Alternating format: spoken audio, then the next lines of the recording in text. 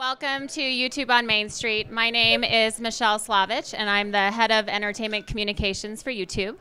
I want to thank everybody for coming here, and thank the RAP and UCLA as well for joining us, and all of the panelists. A lot of people have asked us throughout the week, why is YouTube at Sundance? Well, the reality is we are a platform of a lot of different types of creators, from those who use YouTube as a hobby to those who make it their professional career. And we wanted everyone here at Sundance, all of the creative spirits, to really see the opportunity that exists for them on YouTube to showcase their creative vision with over 1 billion people every month. So without further ado, I want to welcome Dean Terry Schwartz from UCLA School of Theater, Film, and Television.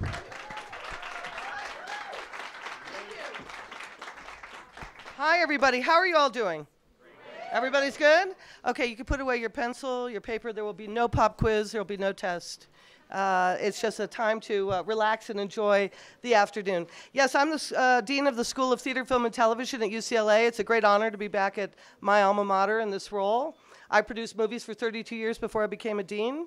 And now I get to help nurture and develop the next generation of great storytellers. So our vision is a simple one. We think of ourselves as the storytelling school, and we believe that you can tell your stories and do your performances over a multitude of platforms now.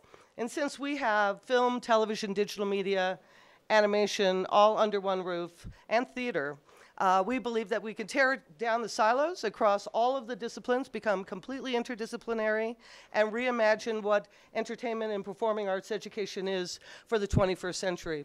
And that's what we're doing. It's a very, very exciting time at our school. We have 6 alums in the festival with their films, and we're really proud of them. And it's just a joy and an honor to partner for this second year. Where's Sharon? It's our second annual TFT, UCLA School of Theater, Film, and Television. We call it TFT. And the RAP, it's the second year that we're partnering, and we think we're going to do this for many years to come. And I love Sharon. She's been an amazing partner. And I think we've got a great lineup of guests for you today for this very interesting panel. Our school, I think, is very, very uniquely aligned with the vision of YouTube and Google. We actually have a partnership with Google and YouTube now, and a year-long experimental class in taking Google Glass and understanding how to write for Google Glass in a narrative tradition and documentary tradition, and also how to do performance with Google Glass. So maybe next year we'll bring some stuff and show you what happened with what these extraordinary students are working on. But with no further ado, let me now introduce our panelists, and I think you're going to have a great time. And I think given the fact that we're so interdisciplinary, I think it lines up really brilliantly with the theme that has been created for today, which shows how you're going to be able to use all the platforms to not only create your films, but to distribute and finance them across so many different platforms. So without further ado, we've got our first panelist. I hope you're all lined up. I'm going to call you up. Derek Callow. Derek Callow is the director and global head of creative marketing for the Google-owned YouTube based in San Francisco, where he oversees all marketing programs and messaging to the YouTube creator community. Let's welcome Derek. Come on up.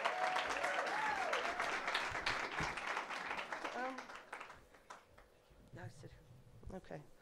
We're going to experiment with our staging here. There goes the microphone. Okay, we're good.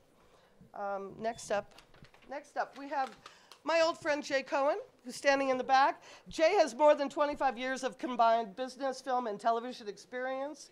He currently is a partner and head of film finance and distribution at the Gersh Agency, one of the Hollywood's oldest and largest talent agencies. And I can attest to the fact that Jay is also a great producer and a wonderful friend. Let's welcome Jay Cohen.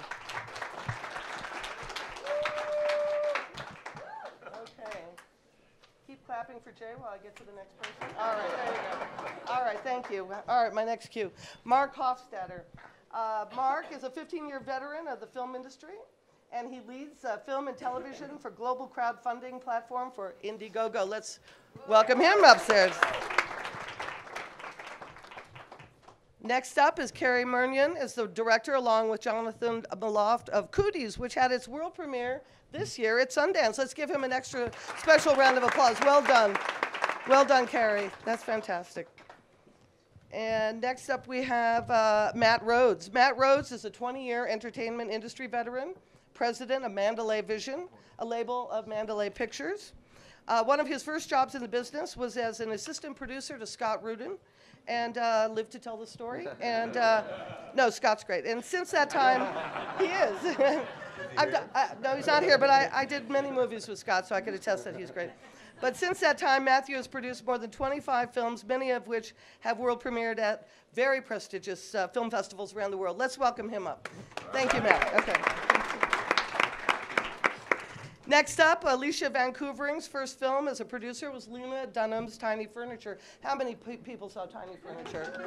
If you haven't seen it, you should definitely see it. It's absolutely brilliant. It won the South by Southwest Film Festival in 2010, as well as accolades for the Independent Spirit Awards, Gotham Awards, New York Film Critics Awards, and many other awards. And I also want to say that Alicia's latest film, Joe Swanberg's Happy Christmas, is premiering at Sundance. I saw it last night. It's great. Go see it.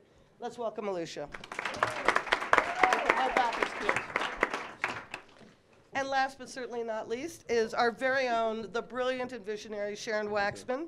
Sharon is the founder and CEO and editor-in-chief of The Wrap. She is an award-winning journalist, best-selling author, and a leading authority on the entertainment business and media, and I could attest that she is an extraordinary person. You should all get to know Sharon. So let's give her a big welcome and enjoy the panel. We'll see you after.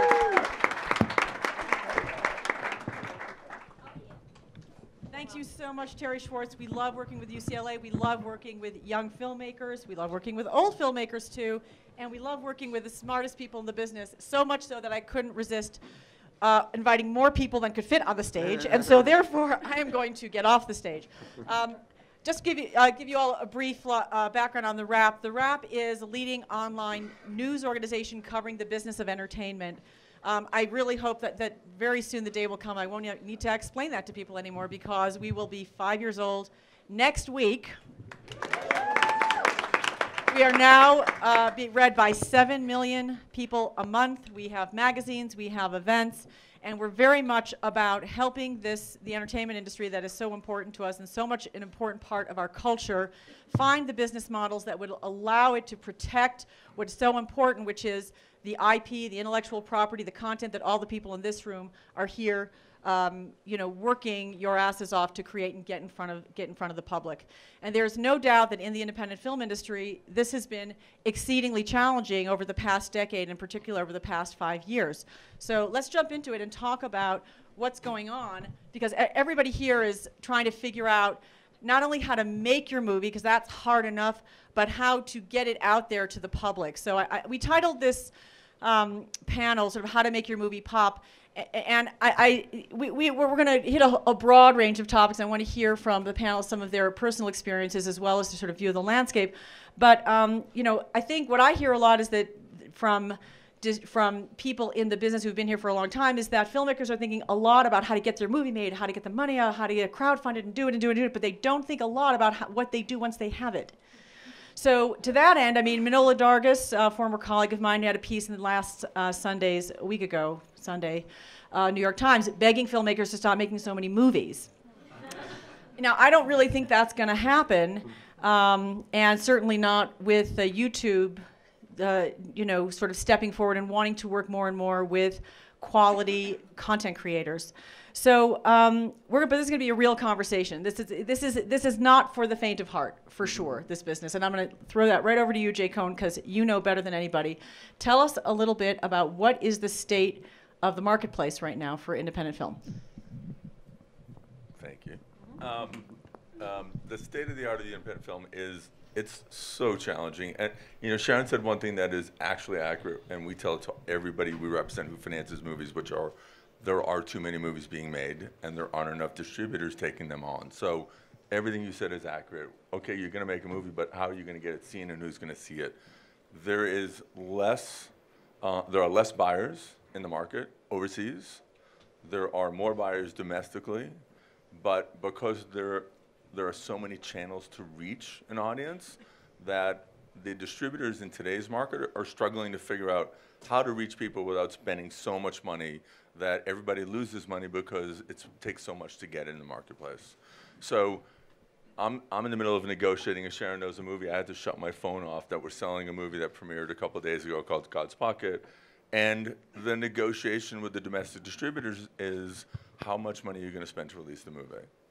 Which most are saying, well, we really want this as a day and date, and we want to do a campaign to, social networking and Google and everybody, and that requires effort and not money. And it does require some money, but it's much more about how do you reach those people. And that's the hard part about the independent film is the digital landscape, which is a really wonderful opportunity, is still hard to target. It's still hard to find an audience. You have to figure out a way to brand your movie. You have to figure out a way that your movie becomes or breaks out of clutter, which is so difficult to do in today's world. And it's challenging because there's also not a lot of money in that side of it today. That's going to change, as I'm sure you'll agree. At some point, people will really start making money off of it. But as of now, you make an independent movie, and if you're a digital release, you pretty much know that you're most likely losing money. So I would just ask, Carrie, you're here with Cooties. He's the director of film and competition. So I'm curious, how did you approach, you made this movie and you're coming to Sundance. What's your hope for it? It's like, do I need to get a theatrical deal, or did you make this movie with plan A, plan B, plan C in mind? I think right now we're planning to get a theatrical deal. I think that's what all the goals of the whole producing team is, to get a theatrical deal. I think to start off, I think what I'm kind of focusing on in terms of making stuff is, if you want to get your movie out, quality is the big thing. Like, make a great movie. Make a great movie. And for us, we had kind of a good story behind our movie. We had the writers of our movie are Lee Wanell and Ian Brennan. They created Saw and Glee. And that's kind of like, for us, that's like a good kind of combination to make this movie. And so for us, starting off, we knew we had something that would get people interested in. Well, how did they meet? That's like chocolate meets peanut butter. I know. Like, what's like, so they're friends. They're friends, yeah. And Lee always wanted to do something else other than horror. And Ian wanted to kind of break out of Glee. So they said, how can we make a movie together? Let's do this movie. So I think we knew coming in here that we had something unique, and then we hoped that it would break out. And we'll see if that happens. Can I ask what did, and yeah, by the way, like, don't wait for me to ask questions. I was just going to say the one thing he said, which is accurate to an extent, right? Quality sells, but garbage sells if it has a hook. I mean, I sold a movie here 2 years ago that was one of the biggest pieces of shit I've ever seen. And I had 11 offers on it the next day. Right? You are good. I mean, let's say there was a movie about, getting a chain letter, and if you didn't respond, you died. So we had a buyer screening. The movie was awful, and we sent everybody a chain letter at the end of the screening. I mean, it was horrible. But quality's great, but a hook is even better. And hopefully we had both. It's a J. Cohen keeping it real. Go ahead, Derek. What do you say? Yeah, it's interesting. I think the thing that we think about is the time to start telling the story about the story starts, way before the film is here. And you guys touched on, I was like Saw and Glee. That's the stories behind this are really where we see a huge opportunity to build community around the film. And that's very much at the focus of, digital platforms in general, and very much YouTube, is how do we enable amazing storytellers to be able to build a real community behind their film, before, during, and after. Do you see? Go ahead, Alicia. Well, I was going to say, and this is slightly off topic, but I think the general rule I find for social media is a movie exists is not a very good story. There is a movie that you could see is not a very good story. So it's and I feel like that starts especially in the beginning. I mean, this is a different thing, but when people use social media for crowdfunding, often it's like, we're shooting something, and that's an interesting story to the 10 people that are your friends. But I think people, the movies that at all stages, what works is an actual story, Let's go to the crowdfunding thing, because that has been a real kind of the first big sea change, I think, in economic models on the financing end, right? And now we've had a few Sundances already where we see Indiegogo and Kickstarter having lots of films that are in the festival. This year, Zach Braff's movie that came off of Kickstarter has screened. That's a big movie. I think they had like a $6 million budget, with like half of it came from Kickstarter. So I think that's clearly a really good sign. But Mark, address a little bit like how that's impacting the creative. Yeah, I mean, we've got a lot of films here at Sundance this year ourselves, including. Can you tell us, yeah. Yeah. So Steve James, Oscar-winning director of Hoop Dreams, his new documentary about Roger Ebert, Life Itself, used Indiegogo, raised $153,000 in finishing funds. Dear White People. That's really a great sort of opposite ends of the spectrum. You know, here Steve was an Oscar-winning filmmaker trying to engage his crowd, his audience, his Roger Ebert's fans, in finishing funds for his film. And then Justin Simeon, who directed Dear White People, By the way, he was supposed to be on this panel, but he got sick. very unique story. First-time feature filmmaker, just named Variety Director to Watch, and he started going off of social media. He started with a Twitter feed and a Tumblr blog. And he built that, and he built that, and built that. And off of that, he created a concept trailer. And off of that, he created a crowdfunding campaign with Indiegogo. Now, he didn't raise the entirety of his budget. But what he did was he ignited a crowd that said, hey, I like what this is. I want to see this. I mean, the video alone got over 1 million views. And were it not for all of that, there wouldn't be the buzz that the film had coming into Sundance, and then obviously the great reviews that it got later on. But again, go to brand, Dear White People. All right, I'll give you money. That's a funny title. That's a concept. That's a hook. Everybody gets it. So, Matt, you come from a traditional producing background, and you're having to kind of figure out. I'll share mine too. That's fine. I'll give mine. And you're having to sort of figure out how you make movies and how you make money off movies in this really difficult landscape. It's one thing if you're 23 and you're just out of school and you've got nothing to lose, and you can get a bunch of friends together, which kind of, I don't know how old Justin is, but he's probably something like that, right? Yeah, he's in his 20s. Like early 20s, right? Yeah. But you actually come from the side of a business where an indie film was a real business. So how are you approaching producing, distributing now? What's fascinating, my first Sundance was '96, and the business has changed so much. And I think, Jay was speaking to it, about 3 times as many distributors and buyers. And so I think in the marketplace right now, there may be too many movies, but I think the ones that stand out are the movies that are really unique or have a really unique hook to them. Whether they're, really crappy and super commercial, or they're really indie but performance-driven, just something really needs to be special about the movie. And what I'm finding is it's coming to this social media, and that marketing your movie is really important. So what's that really one special thing about the movie that you're making, and then how can you take that and get it out to people and find an audience with that? And so doesn't that sort of mean you start with a genre, or you start with a core, like you target a niche, and then that niche is going to show up? Like Dear White People has, it's like a hip black movie, right? That people who are both hip and black would probably want to, see that movie. And white people too. Right, yeah. I'm saying hip white people yeah. right, yeah. I mean, those are 2 different categories, yeah. Well, I think it's that, but I also think it's whether it's a performance in the movie, whether it's something special about the movie, whether it's a theme, whether it's a genre. I think there's a lot of different things that you can look at when making a movie, but I think before you make a movie, you need to identify who's your audience and who's going to want to see this movie, and know what your expectations are before you make a movie. And I think that's one of the most important things. I find so many people make a movie, don't think about it, and then there's really no home for their picture, and people aren't watching it. So if you just take a step back and say, why am I making this picture? Who's my audience for this movie? What's going to be the best thing about this movie that's going to lure in people to say, okay, I want to see this? But doesn't every film teacher tell you pursue your passion? You make your movie just for the an audience of one. It's like Quentin Tarantino says that. It's like I'm making my movies for me. Alicia. Well, I mean, it's hard because I think if you're a filmmaker and you hear, first ask yourself, does anyone want to see this? No. I think making films.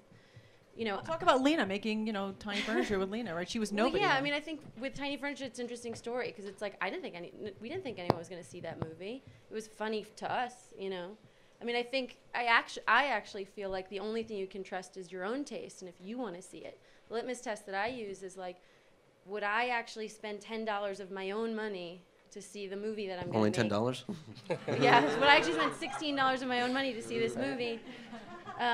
And the answer is like almost always no, even if it's a good piece of business or it could have an audience or it seems like a cool idea. It's like you have to be driven by passion in spite of the fact that like you don't know if anybody is ever going to want to see it. So if I was a filmmaker and the number one question was who wants to see this and does this movie need to exist? No movies need to exist, you know?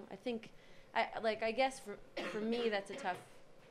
I totally get what you're saying. I'm not disagreeing, but it's No. Well, talk about Happy And Christmas, I've the just movie heard you that have here. before, Like, but there's what's so the many movies that ultimately, actually wind up going nowhere. And so it's a question you ask, am I doing it for me? I think that's cool too. Am I doing it for myself and just my filmmaker, or the three of us and making something that can really break out? But when you're looking at thousands of movies being made a year, you have to ask yourself a question: how many of those are being seen, and who's really looking at those, and what the agenda is? Some people are like, I want to make a movie, and I'm okay if one person sees it. And some people are like, I want the world to see it, and they realize at the end, they figure, oh, I realize what I made, and there's no audience for it. So I agree with you that it comes from a personal point of view and what your passion is. And I also think it's the point of knowing who your audience is or what you want to do with your movie is so ultimately you have a goal, and whether that's, I hope it becomes great, but at the end of the day I'm fine with one person seeing it.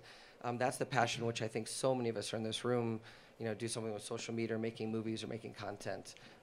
It all stems from passion. But that's great if Mark finances it through Indiegogo and nobody expects their money back. Right. But if you're making a movie for one person, your investors lost $2 million. But I mean, they're not going to be so happy. No, I'm not saying you should make movies and not care if anyone sees them. I'm just saying like that the business consideration of, I guess what I'm trying to say is like I have a small issue. I think that the films that have worked the best and have really popped and have really made money were films that didn't necessarily back into an audience. It's not that they didn't consider an audience, and it's certainly not that they didn't care about it, and they didn't, they marketed the shit out of their movie, but they didn't. I think if you're just backing into an audience, then you're just repeating what came before, and that's where people lose all their money, is making movies that are just like other movies. I think there's a very easy balance between the two. Well, maybe it's not easy, but there is a balance between the passion of the filmmaker and then also the understanding that there is a marketplace, there is going to be distribution. Why shouldn't there be some kind of crowdfunded aspect for distribution? I mean, Indiegogo and Kickstarter are just hear me out because I'm a fan, and my son's a filmmaker, so he's it's like I want this for him. But I mean, because of those platforms, there's literally hundreds more movies gonna get made because of that.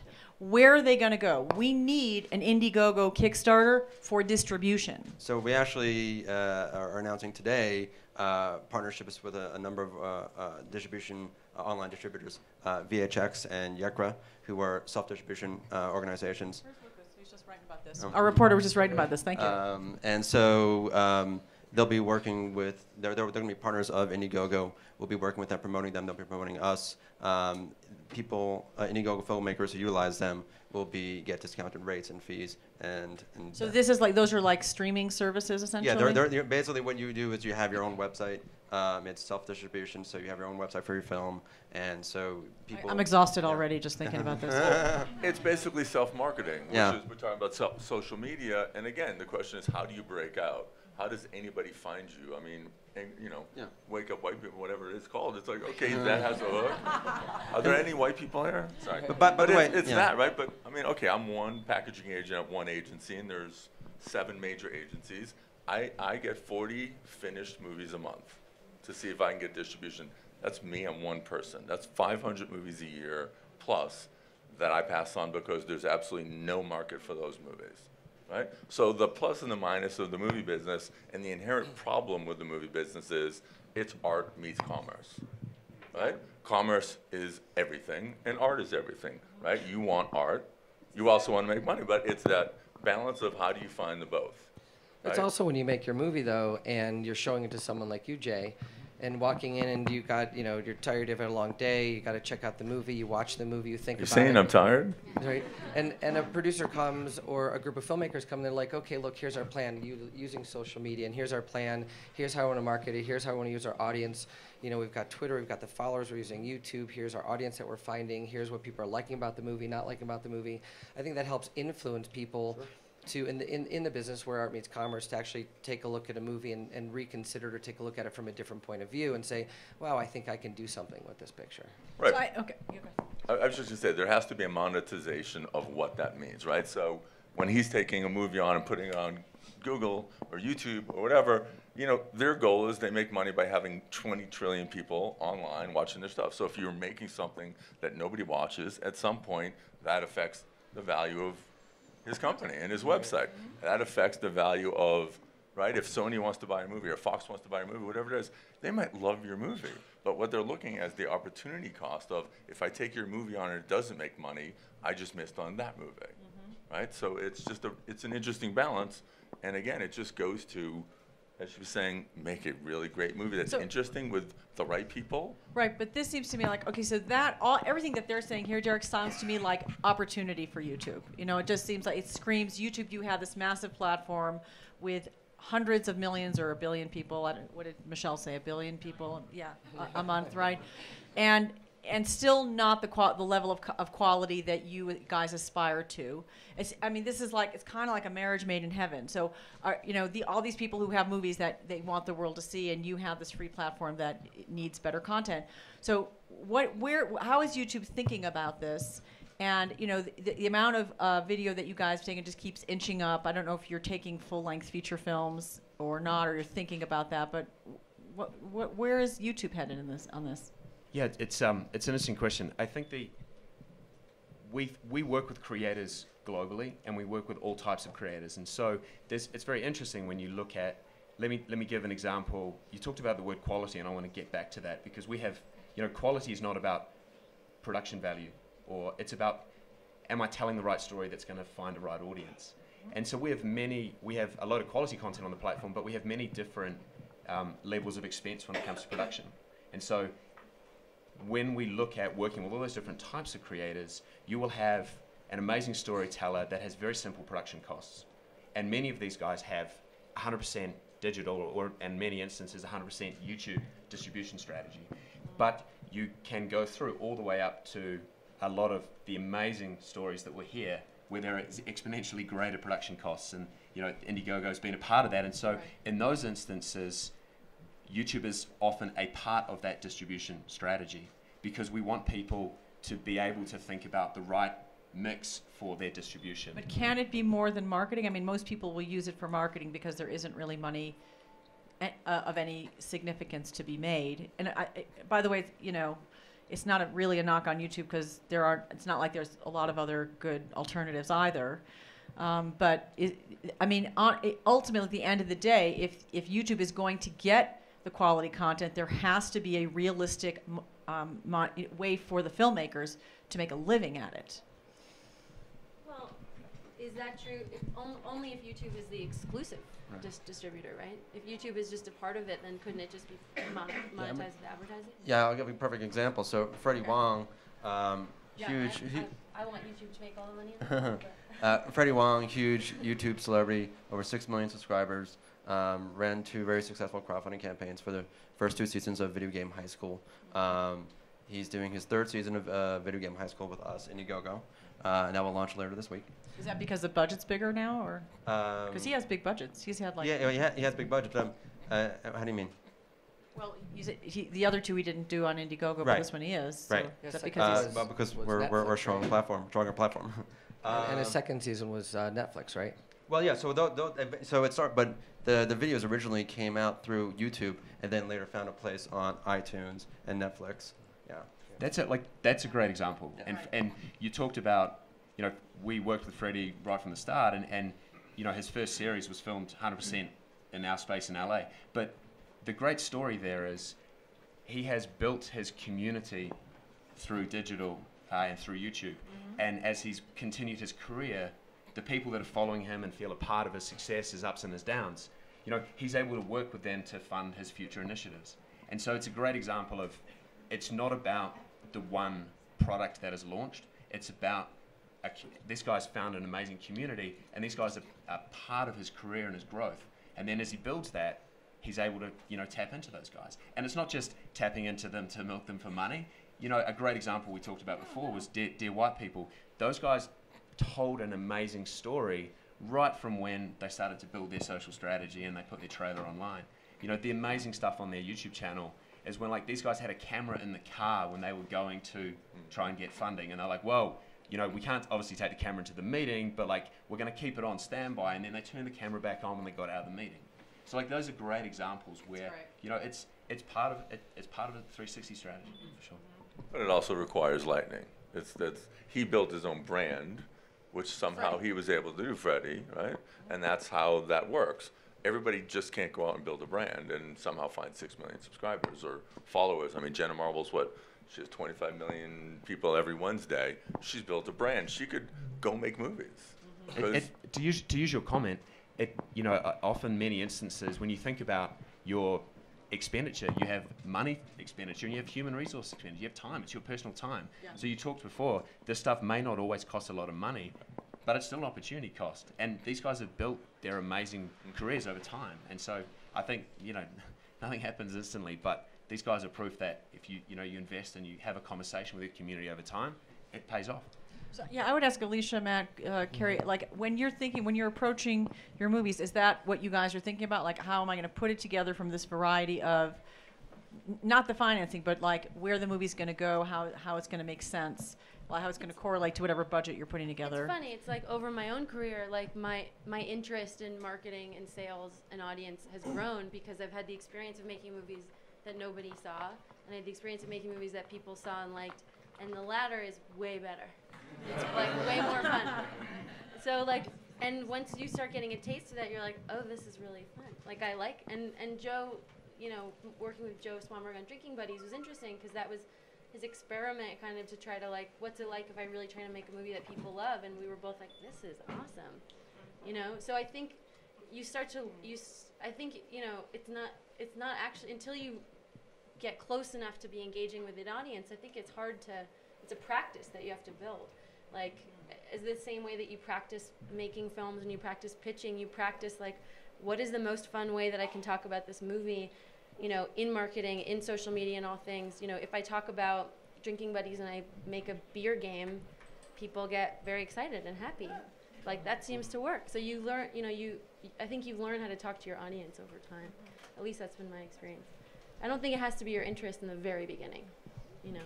And I also think that we don't like this whole social media thing. I think some people think there's magic, like, oh, I'll just use it and it'll magically get me a movie deal, or I'll be able to magically get my thing out. And I mean, because you have to put a lot of hard work in this stuff, and you have to make something really great. And you know, I talk about our movie having the creators of Saw and Glee.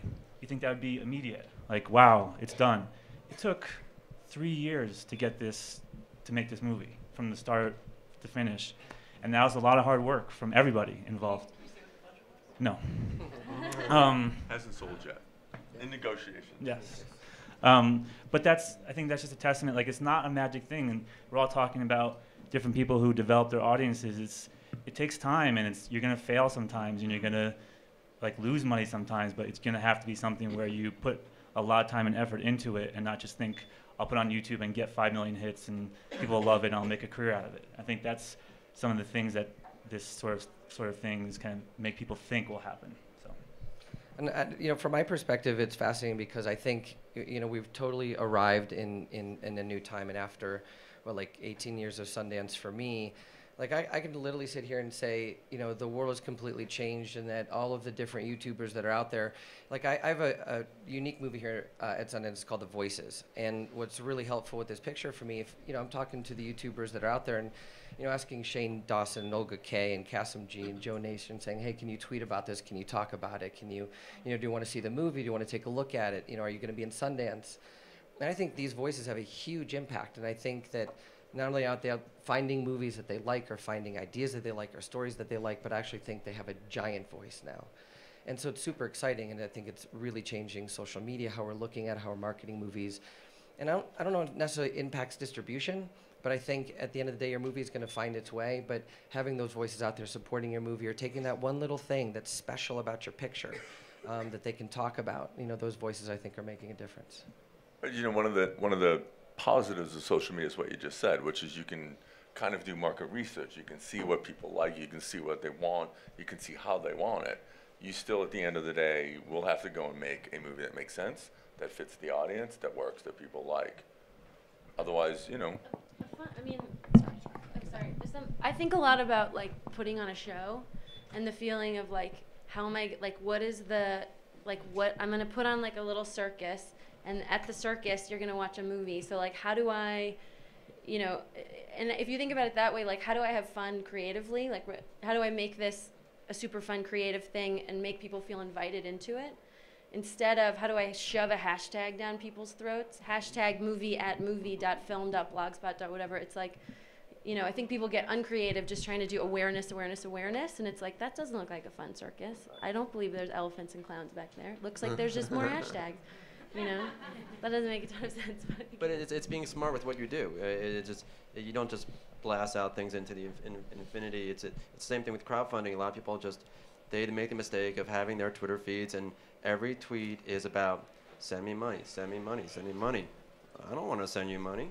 No, tell me why. Tell me why your project is interesting, why it's different, why you're awesome as a person. Yeah, or like what I will Make it personal too, right? Exactly. Yeah, or like tell me this is gonna be a fun party. You know. No, I think the circus analogy is fantastic myself. No, thanks. I have to work it out.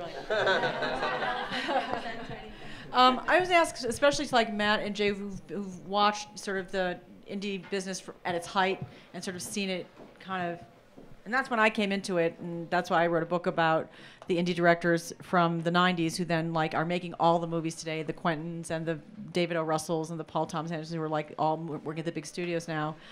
Because they were making big money for indie companies in the 90s. So now it's like you couldn't be farther from that reality. But what I wonder, and I think about this less, I'm curious your perspective, is like, do you see, after we've been in this like realist period of dislocation for I'd say 5-6 years at least, like maybe even 7, do you feel you're starting to see the contours of a new model that makes sense, that is a viable future for the people in this room? You want to know, the people who are applying to UCLA TFT tomorrow, they all want to support themselves. They don't want to live like paupers. Do you see that emerging? You want to start? You know, I'm coming off as the bad guy. You had the agent come on and be the dick at this room. I'll take the good guy. I'll go the good generation. The answer to that is, 5 years from now, I don't know. I mean, at the end of the day, today, no, you can't make any money. You just can't. There's no monetized value to this. I mean, if you're lucky, you can bring home $20,000, $30,000, $40,000 checks after you make $1 million movie that goes out through whatever digital channel, because if it doesn't find a market, there's just no revenue stream coming. But Jay, that doesn't mean don't make movies. That means you make a movie and you also have to shoot a commercial. Well, I'm not saying don't make a movie, but again, let's talk about the yin and yang of the commerce meets art. Right. If you don't make a movie that has enough of a budget, you don't get paid. Right? As a producer. So if you're a producer who's making a $80,000 movie, how are you supporting yourself? So that means you have to have a job while you're doing this. The indie, look, I mean, talk about just generic distribution. In the heyday, as you were talking about, all the distributors were privately owned, right? Weinstein owned Miramax. They answered to no one. All these distribution companies answered to no one. And then they all got bought, right? So now, because there was big money. Because there was big money at the time. And so now every indie distributor is owned by a publicly traded conglomerate who wants returns. Every indie distributor that is left. The ones that we all hope our movies sell to, right, that are left are owned by conglomerates who want a return on their money. So Searchlight is only allowed to buy so many movies, and they have to be at this level, and the targets are getting very specific and defined, right? Weinstein wants very specific movies. So if you're not in that model, right, if you look at Focus, right, Focus was this incredible adult art house, you know, incredible marketers, passionate about indie films with the right actors that don't need movie stars, right? Universal didn't have a great year. Focus gets rid of that division, brings in people who like action films. So now Focus wants Stallone and Expendables 4. But they just bought Zach Braff's movie yesterday. Yep. They're going to do 3 a year out of their slate. They'll do 3 movies a year indie, but Zach has a brand. He's commercial. I mean, there is a lot of money to be made in VOD. I mean, we made a lot of money on Drinking Buddies, and we made most of it. We made half of it before we even theatrically premiered. Can you tell us how much you made? Just No. I mean, Many it's, millions. it's useful to. This is a little too public. I don't get in trouble, but many millions, and we made. But stars, right? Right. A really But good the indie movie right, and with it's huge cast-driven. stars. I think VHX is really interesting though because I mean, the problem is like you're saying the proportion. You can make money on VHX. You can't. It's just still expensive to make something, to make a movie. What you were talking about, production costs. So proportionately, there's money to be made, but it's just not as much as it costs to actually make it. Well, let's go back and not talk about money for a minute, because what I think you have an opportunity to do is, if you're not a producer, and it's not about the financier, when you go back to old Hollywood, it was, the studios were betting on talent, and the studios had talent lining the hallways. And, the writers and the actors, and they were, funding all of them and ultimately making and building stars. And I think, with how early social media is right now, and it's not necessarily about the producers and financiers as much as about the talent. So if you've got writers and directors and, and the YouTuber stars that we're talking about right now that are so relevant, they're a voice of a new generation. And so what you can be doing is you've got a director that's doing something and they can really break out and make something special and unique for a very little bit amount of money. And you're going to be discovered by someone like Jay or your colleagues at your agency and other people and producers that are looking for new talent. And we need new talent, and we need new filmmakers, we need new writers. And so what's exciting about whether it's the YouTubers that are doing comedy or action, or filmmakers that are doing small things and putting them on platforms on the internet, whatever the case may be, I will say I think the industry right now is scouring the internet looking for great new talent. And so it may not be super exciting, as the producer who actually spent all that time putting it together for, this director that gets picked up by Paramount and goes and makes a movie, and the producer's left in the dust, and that happens. Or the financier that invested $50,000 for this, say YouTuber to go make a show. And become, super famous. I think there's always the history of spending money and being a producer because you're passionate, that's what you do. But what great talent is being discovered right now, and it's out there. And it's funny, talking to some YouTubers who, really big, and I'm like, hey, do you have a script? Do you want to make a movie? What do you want to do? And they're like, well, I've only been famous for like 2 years. I haven't even had the time to write a script. And so it's a really interesting concept to me, as you're going around, and they're just so new, and the talent is so new. And I think that's, what a lot of my friends and I are looking at right now is like, how can we find someone really exciting? Yeah, and then I was going to say really quickly, I think because of the tools that are out there, obviously now, people are shooting on digital, obviously they're crowdfunding their films. The access to capital, the access to the tools to make the films is happening more and more easily. So we are seeing a lot of new filmmakers out there, and I think I always make this analogy. If crowdfunding hadn't been around during the time of Thomas Edison, he wouldn't have had as many patents as he did. But there would have been a whole generation of technological advances that we're getting. Like these last couple of years, we've been getting so many great technological advances because of these tools. And the same thing is happening with filmmaking. And so yes, there'll be a lot more filmmakers in terms of numbers, but there'll also be in that pile of large filmmakers, there'll also be a lot of really awesomely talented people. That's great, and that's a very encouraging sign. I do want to have time for some questions from the audience. I just want to maybe distill a few ideas that what I'm hearing from you guys is think about how you tell the story of the making of your movie before you start making your movie. Use the tools that you can to make that part of your process. Know who your audience is. Make it personal. Make it relevant. Make it specific. And think about being the circus. Okay. I can't rephrase you better than you said it yourself. It's a terrible analogy. I have to figure it out. But I mean, one thing I do want to say is I don't think this is off topic, but I feel like it's a common misconception and I kind of said it before. I don't know why it's my new crusade that the making of the movie and the process stuff and the behind the stuff is not the only. That's kind of sometimes becomes the only marketing idea for indie films. And if that's your only idea, I would find another one. Like Saw plus Glee. That's amazing, but it's you can build a new creative thing on top of that instead of the story only. I'm sure the marketing story of that, the most exciting one is what you actually made, not the fact that the guys from Saw plus Glee were buddies. No, That's it. That's as exciting as it gets. No, but you could do a short film where you cut everyone on Glee's heads off or something while they're singing. That would be terrible. I love Glee. But I don't know. I do want to open it up because I know everybody here wants to hear what folks up here. The crowd investing, yeah. You're talking about the equity crowdfunding. Is what you're Equity talking crowdfunding, yeah. So long and short, so if everybody doesn't know, so equity crowdfunding is part of the Jobs Act that passed in April 2012. When the bill was being written, Indiegogo was in Washington lending their expertise on the subject and helping craft the bill. Not actually in Congress. And then when it was signed by Obama in the Rose Garden, there were Indiegogo campaigners behind him. So we love the idea of equity crowdfunding. It further empowers the filmmaker. Also, we're talking about filmmakers, so we do other things, music, gaming, nonprofit, and technology. But it further empowers the filmmakers to get their films made, then ultimately to have them seen.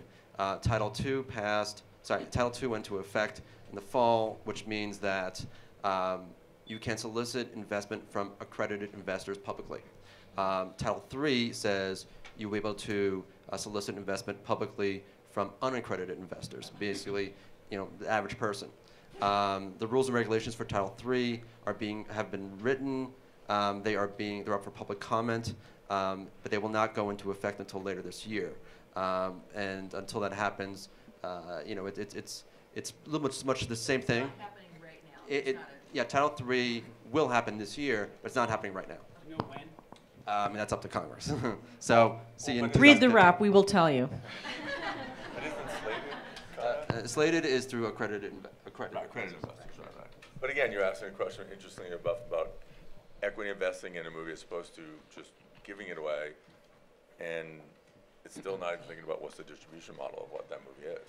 Why would you invest in a movie without knowing how you're going to get the movie distributed? And a lot of people, a lot of independent films, unfortunately, they don't have a huge return.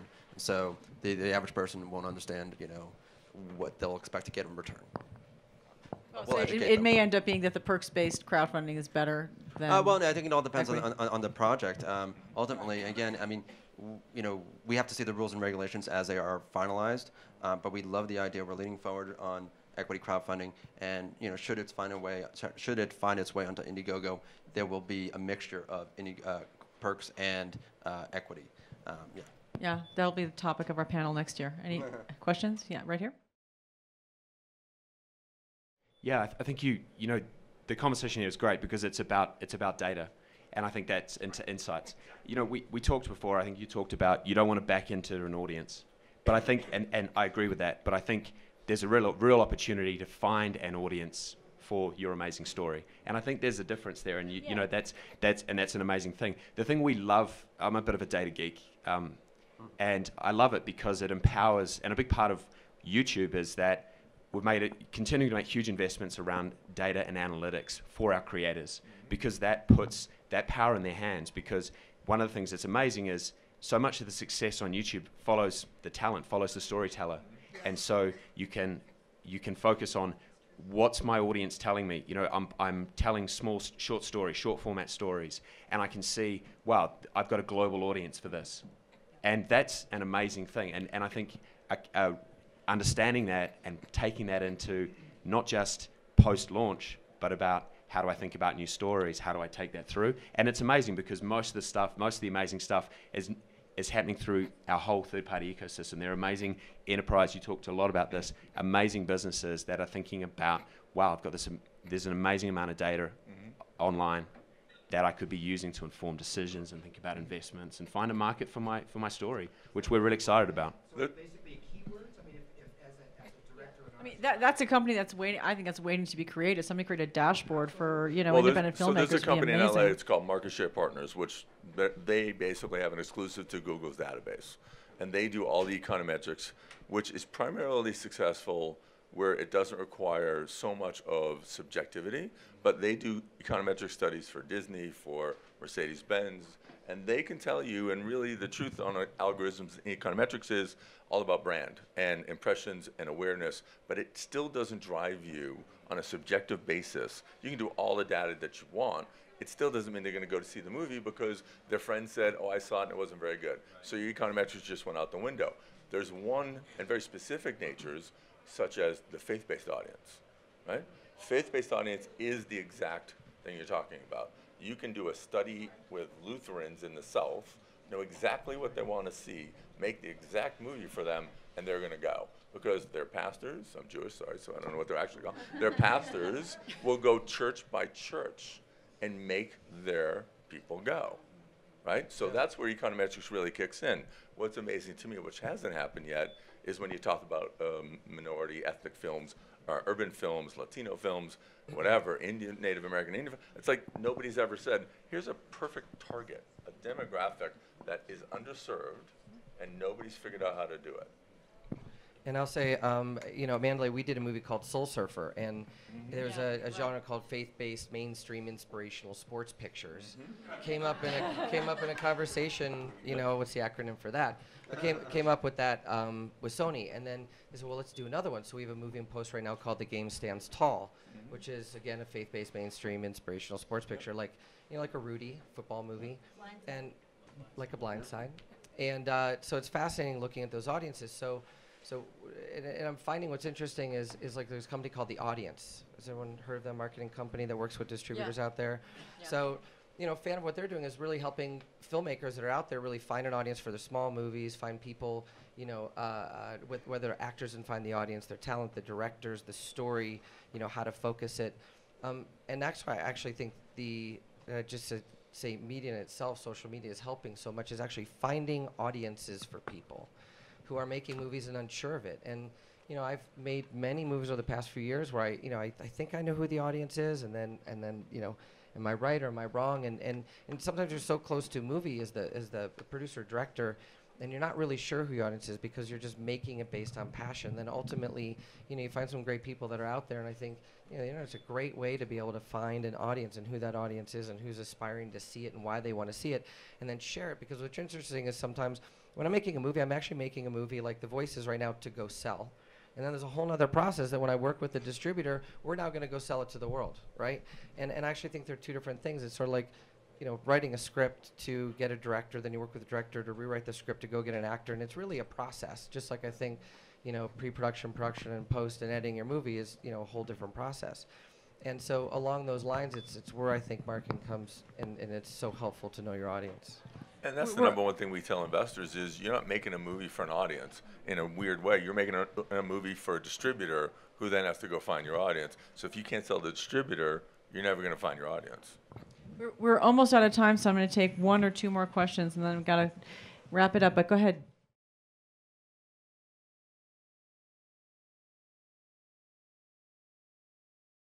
I mean, again, to use the example of Dear White People, you know, it was so Justin Simien, but also had his producers, Lena Waithe, working with him. I believe they also had an intern that was working with them on the Twitter feed. It's viral marketing. Yeah, there you go. There you go. I mean, they just got out there through their Twitter feed and through their Tumblr blog, and then they created this concept trailer that again got 1 million views. It ended up on CNN. It ended up on Huffington Post. They were all over the news. And so obviously, the film premiered a couple of nights ago, and you know they're going to get distribution perhaps before the end of the week. And so I think that's a prime example of a film that utilized. And then and their video again was on YouTube.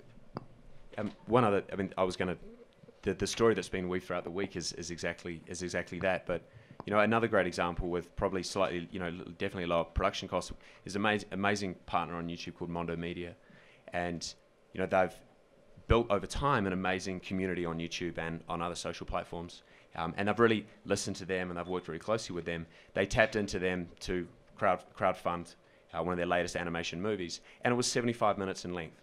And they thought, interesting, okay, let's think 360 about how we would be distributing this.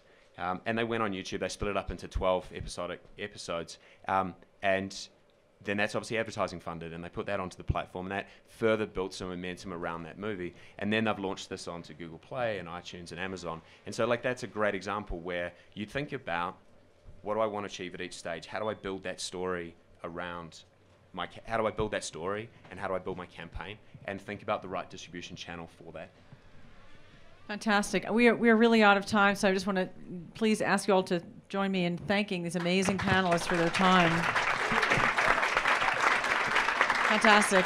We know that great talent will out. We know that great storytelling is never going to die, and we're here to help you guys figure that out.